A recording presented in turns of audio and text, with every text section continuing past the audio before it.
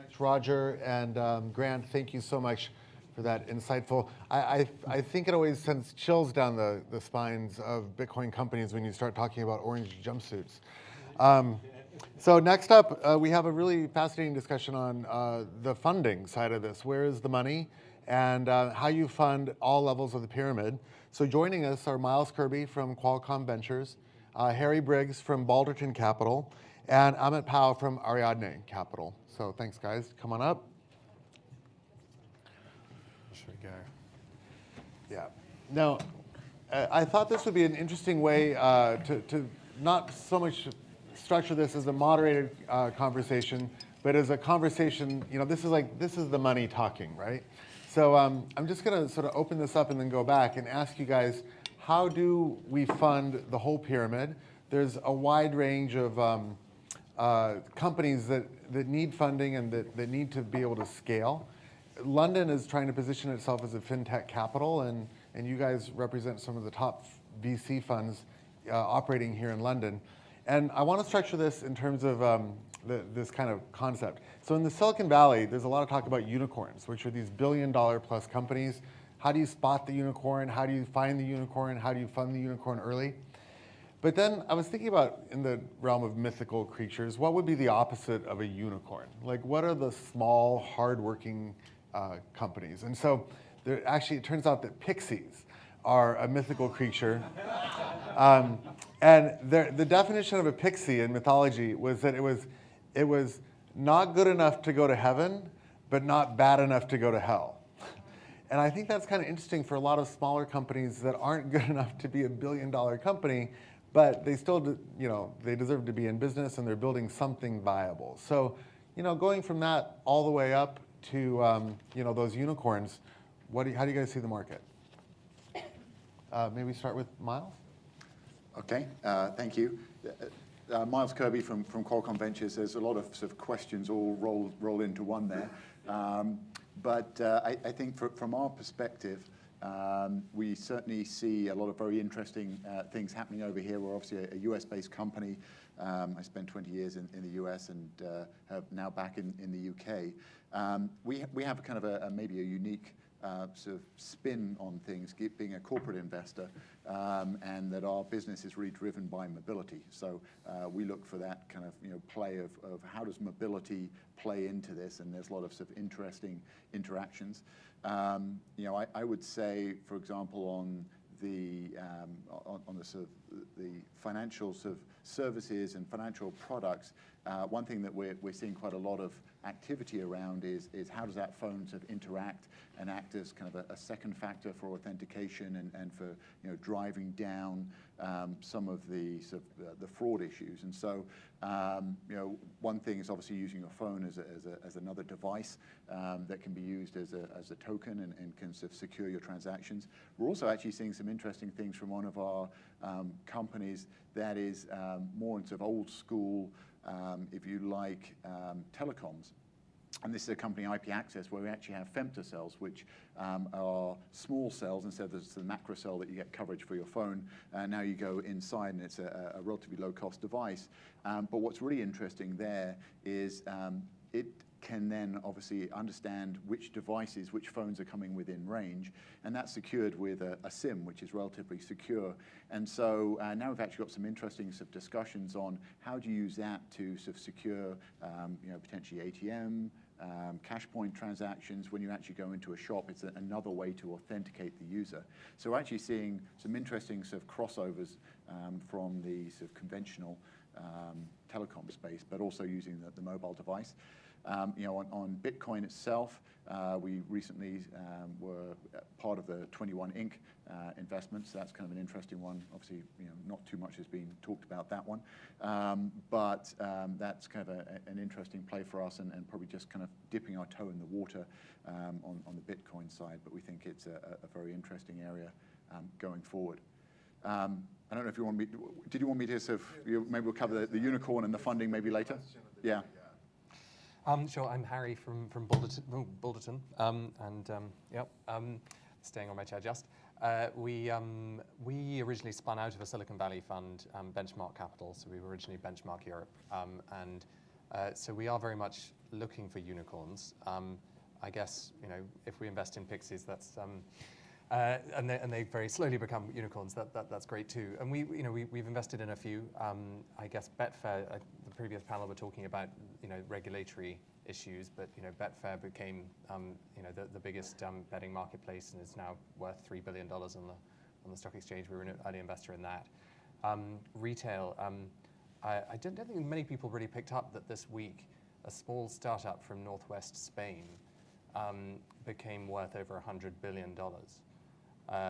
Okay, they started 30 years ago, and they're called Inditex. But they're a European startup, still 60% owned by their founder, and worth over $100 billion. So we do have unicorns. And by the way, in our portfolio, we invested in a small Italian startup called Ukes that has just done a 50-50 merger with Net-a-Porter, and that combined entity will probably be worth about 4 billion euros. So I think yes, there are plenty of unicorns to be found. I guess the biggest sort of worry for me about Europe is that when you do look at the mobile phone, and I pick out, if I were to get out my phone, which I won't now, it's an American designed, made phone, and if you look at all those apps on the front screen, pretty much all the ones that we're using day to day, from Google to Facebook to Twitter to LinkedIn to WhatsApp, they're pretty much all Silicon Valley. So there is something incredibly special going on in Silicon Valley in those areas.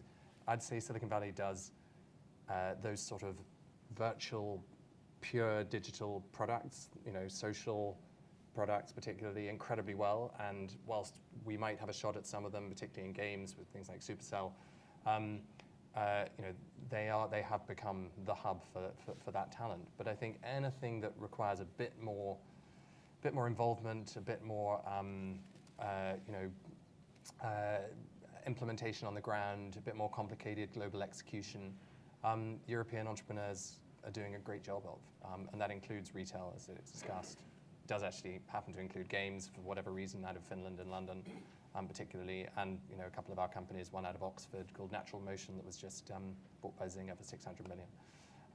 And a bunch of other areas still to come, I think, changing food retail. We have Ocado here, which is probably the world leader in delivering food. I think, a bunch more. I won't bore you with everything, but yes, I would say we're not short of unicorns. We would love to find more. Our venture model depends on it. But there's some great talent here, and I think there'll be plenty more. Stan, thank you very much. Amit Power from Ariadne Capital. We're a VC and advisory firm. We've had the privilege of working with 7 game changers, Skype, Monetize, Beat That Quote that was acquired by Google. Maybe pick up on 2 themes, the funding spectrum, because as a VC but also an advisor, and then also the pixies, unicorns. One of the things that people forget in the funding spectrum is the 3 Fs, the family, friends, and the fools. And the reason why I mentioned the fools, very good acquaintance of ours, Mike Lynch, who founded Autonomy. Mike was sharing a story with us that if it wasn't for the gentleman or the fool that lent him £2,000 in a bar in Cambridge or a pub in Cambridge after lockup, Autonomy wouldn't have been founded. And albeit that fool made a handsome return. So when entrepreneurs we come across are looking for funding, don't miss out the obvious. It's hard borrowing money from family and friends, but there are those, I wouldn't call it fools. And then the other thing is that the bootstrapping, we've got an entrepreneur at the moment, Glenn, who's founded a company called PlayerCart, which is innovating on video commerce. Glenn has achieved a huge amount with £150,000. People talk about funding, but if you've got the right entrepreneur who can really galvanize his idea, win clients, it's very then easier to attract capital. And we have a saying that actually capital follows ideas, and what's ideas? It's the commercial traction you make. So there is a spectrum, whether it's family, full friends, crowd, through to VCs from ourselves to Balderton, Qualcomm, and there's a wash of corporate VCs out there. Qualcomm probably one of the most successful. I think a lot of the fintech VCs are starting are probably on very early stages, and interesting how they progress. The Pixie unicorn Stan, sorry if I'm being slightly controversial. I find that quite offensive. I think there are a couple of things. Europe and the UK has the ability to build great businesses. You know, Criteo, everybody talks about France. The French with Criteo. Criteo is a brilliant business and is competing against their US peers and outperforming them. You know, I had the privilege of being a very early investor in ASOS. You know, well done, you. You know, I wish I'd stayed in and not exited at 25.62 at 39, whatever now. But you know, so UK, Europe has the ability to build great, great businesses. I think there is a hang-up at the moment with labels called unicorns. So when we look from an investment point of view, what makes businesses special? Firstly, it's the entrepreneur and the team. Do they really want to create something special? Some of those names that were mentioned, you know, the Ubers, the Facebooks, Airbnb, I'm not sure if their founders actually ever desired to create a $1 billion business. They really wanted to create something special and solve a real problem. So we would urge those entrepreneurs, and the reason why I'm pushing back on the phrase, just to add a bit of spice, being an entrepreneur is not easy. It's 24/7, it's obsession. You're putting your shirt on the line, you've remortgaged your house, you've maxed out 20-odd credit cards. You know, and people think it's glamorous. It's not. It's hard work, blood, sweat, tears. So what do we look for? It's not just the team who want to create something special. Then it's the disruptive business model. Everybody thinks about technology being the disruptor. Our view is that the real disruption takes place in business model. You know, isn't it cool? You know, what if Uber owns 0 taxis? Airbnb owns no hotel. Alibaba, and very few people talk about the Chinese and the rise of the Chinese superpower in the digital tech world. Alibaba owns 0 inventory. They're the geniuses. They're the people who we would recommend how they innovate the business model. And if you innovate the business model, you really start owning the economics of your industry. And that's where you have a real long-term sustainable competitive advantage. And then the final point just on that unicorn discussion, it's not just about creating special business with a compelling business model that changes the rules. You've got to have the luck or create the luck of being able to partner, especially if you're in the B2B area, with large corporates who are really open, willing to engage with the brilliant entrepreneur and talent that exists in Europe and the UK. And all I would say is that Europe and the UK has the ability to attract great entrepreneurs. We just look at my good friend John Booth, who's the chairman and CEO of Midpoint, a Canadian building a business in London, you know, and it's going to lead the FX peer-to-peer market. But on a wider point, I think where Silicon Valley has a big advantage is that the corporates are much, much more open to embrace working with early stage companies, whereas here in Europe and the UK, there's still a level of cautiousness, conservativeness. Have you got 3 years trading history? Until you've got to go through all the corporate bureaucracy. We have a solution with that, what we call David must dance with Goliath, and that's what's going to create the future. Thanks, guys. A couple great points in there. I'm curious where you see competitive advantage in Europe. Are there sectors that are really, like Europe has the potential to really lead in? And also this kind of dichotomy between the growth of these corporate venture funds, how are they intersecting with the more traditional, just venture-only funds? Should I take some of the, maybe on the corporate side versus the financial investors? So, I mean, I think that the corporate venture investors, there have been kind of waves of them. And so there was kind of a phase when a lot of the big corporates were very profitable, and they said, okay, let's start up our corporate venturing group. And then there was kind of a downturn, and then a number of guys pulled back. I mean, I think now it's a lot more mature than it was the first time around. Qualcomm's been investing since 2000, so we've been doing this for 15 years now. And I think that slowly the reputation has improved. There was concern that is a corporate going to sort of come in and get terms that were going to be very exclusive to that large corporate to prevent the maybe contaminating exit.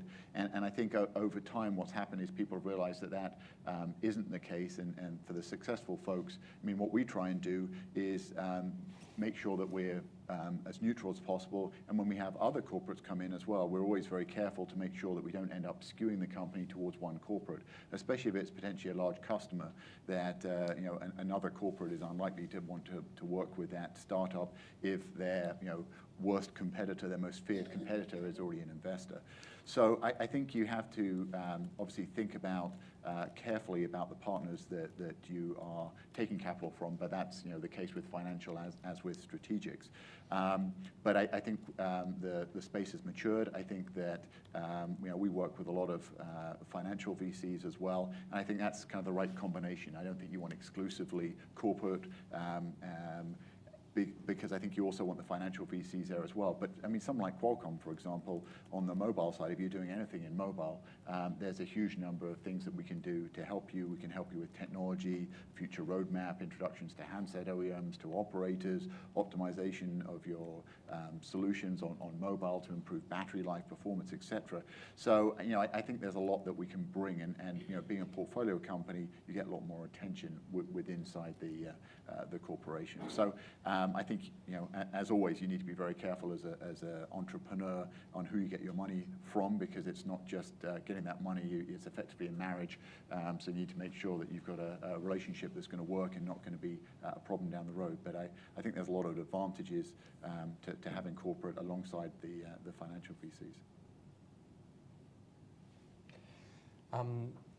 I think your first question, Stan, was sectors. Where do you see Europe leading? Is there Europe leading, yes. competitive Well, I mean, advantage? look, we're here mainly, I assume, to talk about fintech, and that is, I mean, certainly when I speak to American VCs, the thing they're most excited about in Europe is clearly fintech, and we're pretty excited about it too. I mean, I think of the dozen or so investments Bulletin made last year, just over half were in fintech, we're seeing a lot of interesting developments in deposits now. I think the traditional banks are finding actually that their old-fashioned, current account, savings accounts are not actually what people want today. We made an investment, for example, in Nutmeg, which sort of redefines wealth management. And if you don't have an account, my ISA that I put in August is already up 18% in 8 months, which is pretty nice. So highly recommended. But gives people amazing information and so on. Sorry. Deposits, loans, obviously, has been changing massively from peer-to-peer. We're an investor in Zopa, but you've seen lots of peer-to-peer platforms all the way through to the corporate side. Even student loans, where we made an investment recently. So yes, deposits, loans, and then payments. There's a lot of innovation here. We're investors in Go Cardless, which is innovating in direct debit and making that as simple as credit card. We're an investor in another unannounced investment in terms of sort of international payments. So we're seeing huge amounts of interesting companies in fintech. I mean, that's a drop in the ocean compared to the levels of interesting companies we're seeing. So that's the obvious one, and I already mentioned, betting. I mentioned games. I mentioned retail, which are three obvious ones. We could talk about plenty of others. And just without spending too much time on fintech, has been an incredible sector. Why do we share that view? What is excited? If you look at most industries, whether it's telecoms, media, retail, they've been completely disrupted by the new entrants, asset-light players, and the financial services will be disrupted. So that's why we're super, super excited by fintech. And obviously London being one of the hubs of world financial capital has a huge strength to play in there. The other one is, e-commerce, and I think in particular in the UK. The UK has some of the most successful e-commerce companies. Video tech, we're fortunate and privileged to be an investor in a company called Teads, which is a video tech business that's grown from 0 to 100 million in less than 4 years. And this year's, when I was with the team last night, they were telling me their growth rates, they're phenomenal. So I think there are definitely clusters where Europe will dominate. Not to be negative, I mean, I share your view about the mobile. As an ex-board member of Vodafone Spain and spent a number of years in the mobile industry, it is really worrying that Europe and the UK has lost its competitive advantage and the lead in mobile, because Actually, I don't even think we're in a mobile-first world. Mobile is the remote control of everybody's life and business. Can I add something, back to one of your original questions around unicorns as well, and I think sort of the play of Europe versus the US.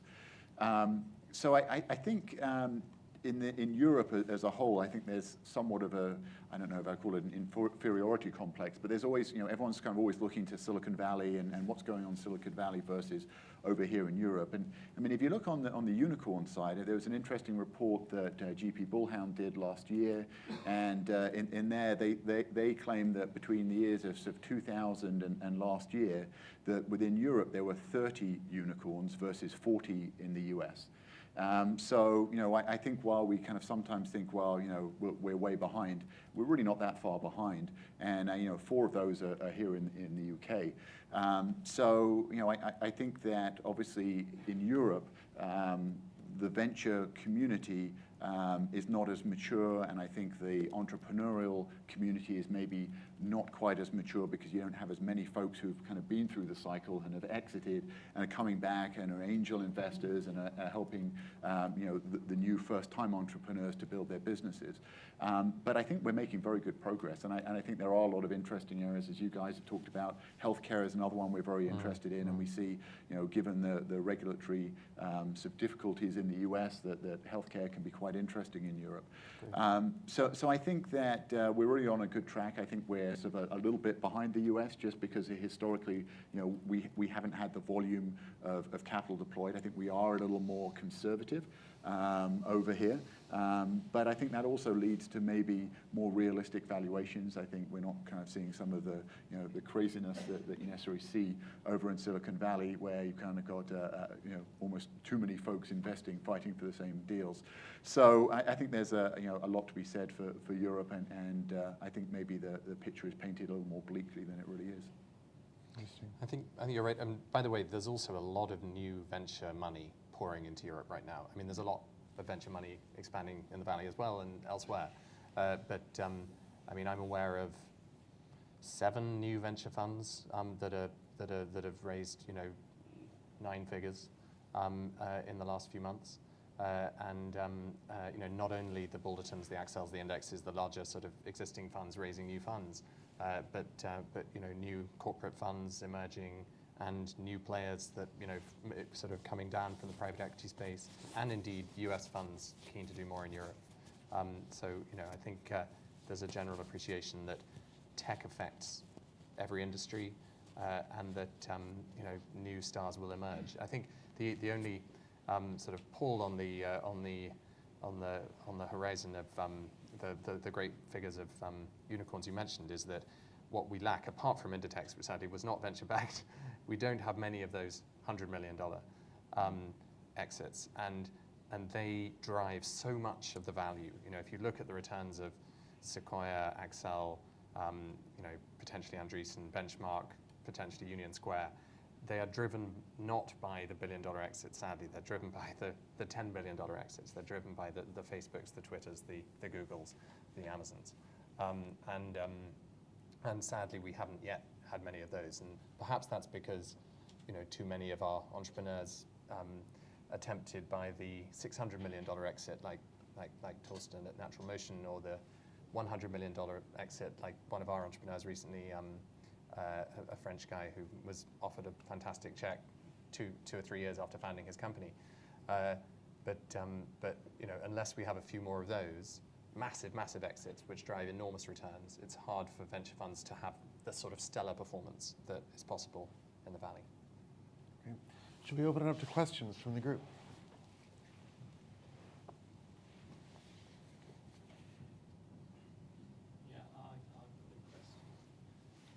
Oh, sorry. Just a I'm second. Jitesh from G Capital. I was curious as to how if you can shed some light on how you value these companies at such an early stage. I mean, how do we value it?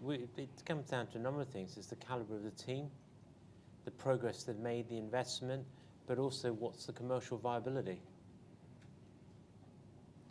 Yeah. It's definitely not a science.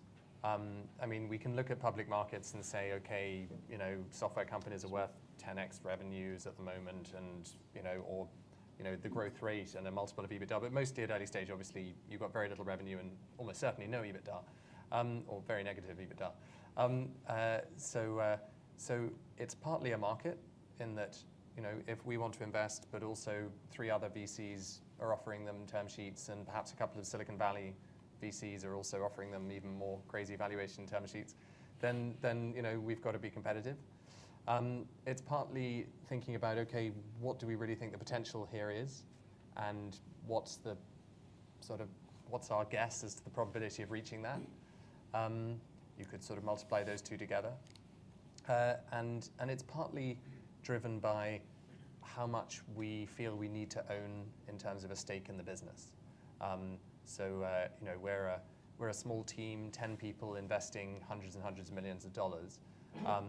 If we made lots and lots of investments where we only owned 2% of the company, how would we justify getting really involved in those businesses?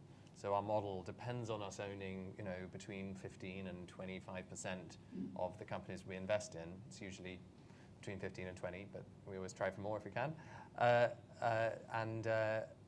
So we sort of optimize for owning that kind of stake, which means that the valuation versus the amount of money the company needs tends to tend towards that kind of number. So the combination of market, some sort of comparatives or assessment of the exit, and if you like, optimizing for our model.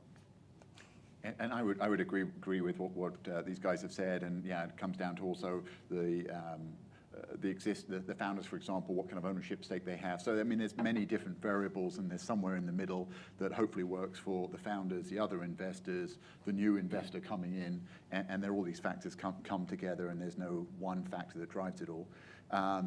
But one other thing I would add is that when we do very early stage, before you've even really sort of got the business model formed potentially, what we typically do is we do a discount on Series A. So we say, okay, we're coming in now. We don't know what the valuation is, and we don't want to set it now because we can't come to terms on something that'll work for the founders and for us. So we'll take a punt on the valuation. We'll wait till Series A, and then what we want to do is show some traction. So by the time Series A comes, someone externally can come in, set the valuation, or we would, and then the loan note that we that we normally would put in would then convert. So I mean, that's another mechanism for very early stage to kind of push it a little further down the road.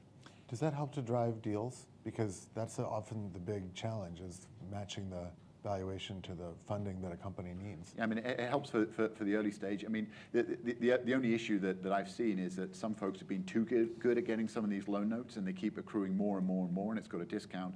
Then they come to try and do Series A, and what looks like should be a relatively small Series A ends up being a very big Series A because all of these loan notes convert at a discount, and so that ends up can make things a little more difficult. So I think that's the only thing you have to be careful, is not to raise too much on loan notes with discounts, because it can cause issues when you get to Series A. Other question? We'll go to you, and then we'll go to you next. A question about disruption was in the complexity of the Meta group. I was speaking to a guy who wrote a book on disruption. I know we use the word disruption a lot in the UK, but what my suggestion is that all the disruption happens only in Silicon Valley, and we copy the models like Halo, fashion online, ordering food and stuff like that. First question is, do you agree with me, disagree? Second is, can we do more to actually disrupt innovatively in the UK and America's copy those with tech models? Sure. Go for it.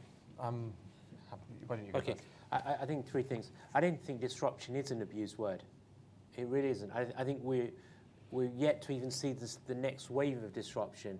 I use my example. I had the privilege of working for Vodafone. It took tens of years to get to 100 million customers. WhatsApp come along, if I can find my mobile phone, 3.5 years, 500 million customers, and the loyalties to WhatsApp, it's not to your service provider. So I think we're really at the starting point of disruption across all industries. That's one. How can we develop and encourage it? I think it's a combination of business model, 1, and 2, getting the commercial traction right. And if you're B2C, it's the virality, the stickiness, and on B2B, partnering with channels. The one point I'll make a slightly controversial, well, hopefully it's not controversial, but it will be, may be viewed. How can UK and Europe leapfrog the US? Welcome immigrants. Welcome immigrants. Let me explain why. Last night we were hosting a program for a key banking client of ours, and we had a gentleman in there who'd built a business, came to the UK 10 years ago from Yugoslavia, couldn't speak a word of English. He now employs 350 team members. 65% of US S&P 100 leaders, first generation, second generation immigrants. Third one, let me just throw this out. Bentleys, I don't know, how many of you have ever heard of Bentleys? The car Bentley? Yeah. Which city in the UK sold more Bentleys than any other? Manchester? Manchester, Bradford, London, Weybridge, Canary Wharf. A small city in the Midlands called Leicester. Oh. Yeah? 40 years ago, Leicester had an influx of Asian Africans, African Asians who were refugees. Who would have thought 40 years ago that those who were underqualified, who had zero money, I think, you just look at some of the unicorns that have done incredibly well in Silicon Valley. Yeah. They've come from, immigrants have a sheer desire and a work ethic to create value. And you could say that, I'm saying that, I was born as a British passport holder, but I still view myself as an immigrant born in Kenya. Immigrants will, and whether it's the British government, the EU government, whichever, welcome immigrants. Immigrants will create that next generation. So I back to the maybe less controversial previous point was around what do we need to drive innovation, and are we driving innovation here? I think we are, right? I mean, I think you're seeing a number of businesses which are disruptive. I don't think you've seen as many, and I think part of that is what I talked about before is the ecosystem being there. I mean, in the Valley, if you go to a startup and you do something that doesn't work, you can go do another one like that. Over here, it's not quite as easy, right? And so it's a little higher risk, and it's a little easier to work with a larger corporation.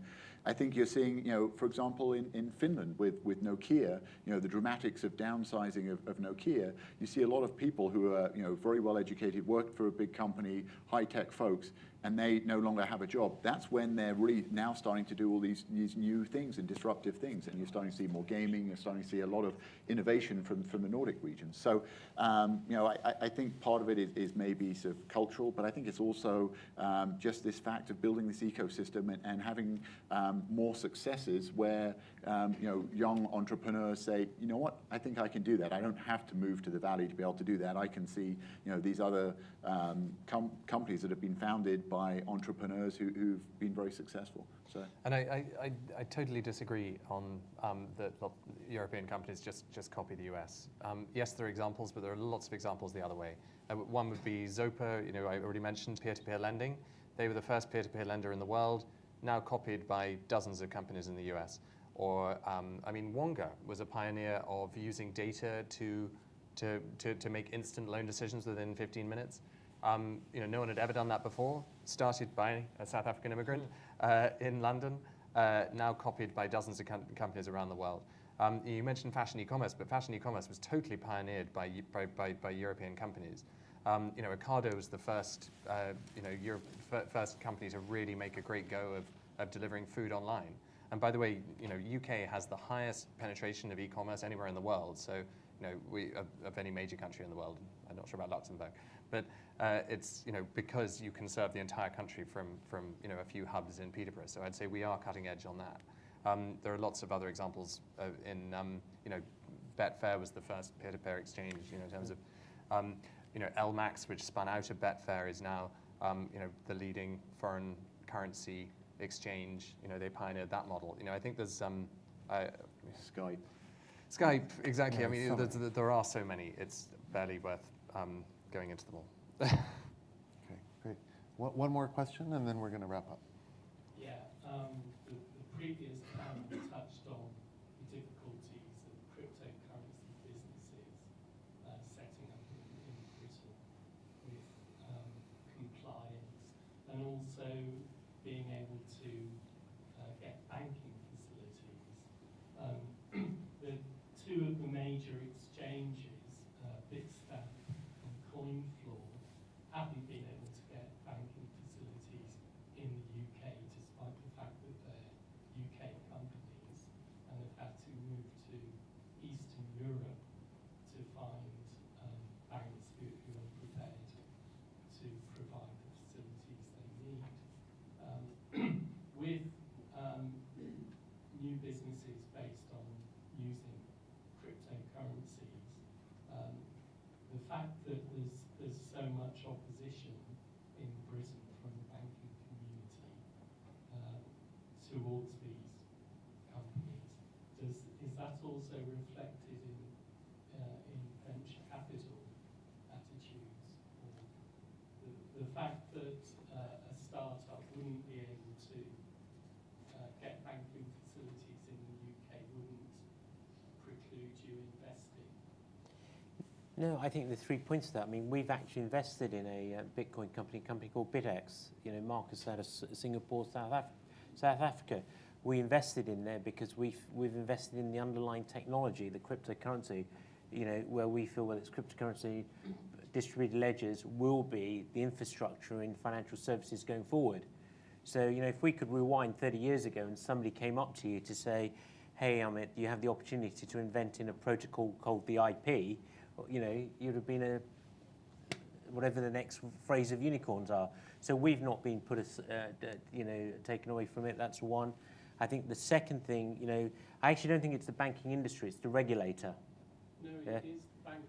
Well, we work with a number of the banks, and all I can say is that deep down, their view is the regulatory pressures are preventing them from embracing it. Some of it, and a number of the senior leaders in the banking industry are saying, look, it's only a few years ago since we almost had financial Armageddon, and the risk-taking was excessive. So until stability takes place, it's better for it to be put at arm's length and not necessarily have the regulator take over. But the final point, I think Stan and I had a heated discussion at one of our thought leadership dinners, remember? And Stan was saying, well, Amit, I'm not sure. The sentiment was crypto will end up being a currency. I actually think the regulator and the banking system are, wake up, smell the coffee beans, because, you know, in the online world we live in, whatever currencies, you know, Facebook, Twitter, etc., are probably the fastest growing countries in the world. eBay, Apple, PayPal, etc., etc., etc., all use crypto. So I would urge the banking system and the regulatory framework associated with it to embrace cryptocurrency and make sure it's done in a responsible manner versus the Wild West. But we're an investor, we're delighted. Marcus and his team at BitX have done a great job, and we invested more because we see the opportunity to invest in the protocol for the financial services in the 21st century. Nothing to add? Anyone else? Any other questions? No, I mean, the only thing, and we're not deep enough into Bitcoin to be able to really comment directly on that. But I think in general, I mean, all businesses, there are reasons to be in one location versus another, and I think you have to weigh that up. And obviously, you want to start the company in an area where you've got the best chance of success. Great. Let's give a hand to our rainmakers. We have a desert out there. People need capital, but it's great. Thank you guys very much for that contribution, and really, I think it's so cool to see how much the perceptions don't necessarily match reality. There's all this idea that everything is happening in the Valley, but that particular point about 30 unicorns versus 40 in the US, I think says a lot. We're going to go on to our last panel now. This is actually a great group, and we're kind of looping full circle back to the idea of like sovereignty with money. And the next three people that are coming up, again, reflect a pretty diverse collection. We have Edgar Campers from Coin. We have David Simmons from MindArc, which runs Project Entropia, which is actually one of the world's largest virtual currency systems. And then we also have one more person coming, who I need to look at the thing. Dave Shepardson from Wholecoin, the first basically government-oriented cryptocurrency. So can you guys come up and we'll get started? You get mic'd.